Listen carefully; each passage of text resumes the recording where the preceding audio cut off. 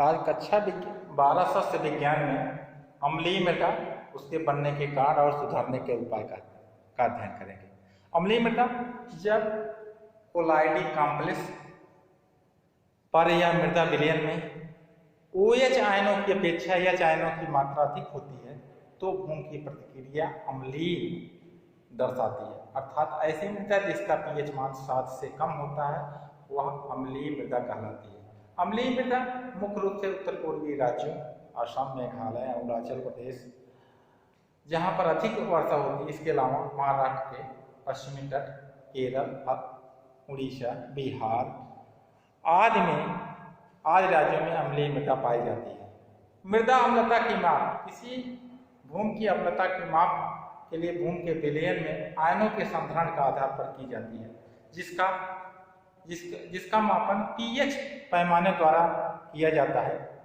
pH पैमाने पर hydrogen ion की सांद्रता नापी जाती है, जिसमें 0 से लेकर 14 तक निशान बनते हैं। pH पावर ऑफ हाइड्रोजन यह तथा OH आयनों के संबंध को व्यक्त करता है।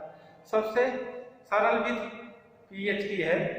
pH H आयनों के सांद्रण के ऋणात्मक का लघुगणक होता है। pH किसी घोल के ग्राम प्रति लीटर में हाइड्रोजन आयन के सांद्रण के व्युत्क्रम का लघुगणक होता है। pH बराबर log 1/H ion. pH metre होता है, जिसमें 0 से लेकर 14 तक निशान होते हैं। अगर 7 से कम उसकी रीडिंग है तो अम्लीय मृदा, 7 है उदासीन मृदा और 7 से अधिक है तो ऊसर भूमि या लवणी क्षारीय मृदा होती है। मृदा अम्लता के प्रकार। मृदा अम्लता 2 प्रकार की होती है, सक्रिय अम्लता, दूसरा विभव अम्लता या सुरक्षित अम्लता। सक्रिय अम्लता वह अम्लता होती है जो मृदा विलयन या मृदा घोल में H आयनों के कारण उत्पन्न होती है, जिसे हम pH मान द्वारा ज्ञात कर लेते हैं। ऐसी अम्लता को सक्रिय अम्लता कहते हैं। दूसरा अम्लता जो कोलाइडी कॉम्प्लेक्स में H आयनों की उपस्थिति के कारण होती है उसे सुरक्षित या विभव अम्लता कहते हैं। जब मृदा घोल में H आयनों का सांद्रण कम हो जाता है तो सुरक्षित या विभव अम्लता से उस अम्लता की पूर्ति की जाती है। सुरक्षित अम्लता बराबर सक्रिय अम्लता, सक्रिय सुरक्षित अम्लता। अर्थात सक्रिय अम्लता की पूर्ति विभव या सुरक्षित अम्लता जो मृदा कणों की उपस्थिति H आयनों द्वारा की जाती है। अम्लीय मृदा बनने के कारण, अम्लीय मृदा बनने के कारण निम्नलिखित कारण है। नंबर 1 आर्द्र जलवायु।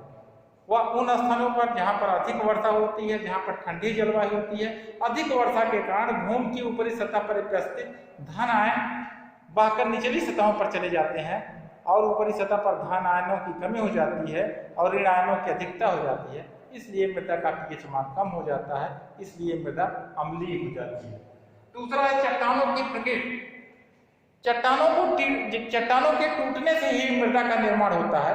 ऐसी चट्टानों जिसमें अम्लीय गुण होता है और उससे बनने वाली मृदा क्या होती है? अम्लीय मृदा होता है। इस प्रकार चट्टानों में जिस प्रकार के आयन्स होंगे उसी अनुसार उस मृदा का निर्धारण होगा। तीसरा है अम्लीय उर्वरक।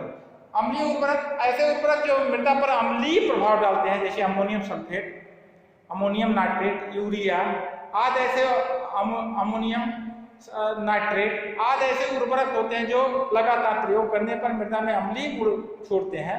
इन उर्वरकों के लगातार प्रयोग करने से अम्लीय मृदा का निर्माण होता है।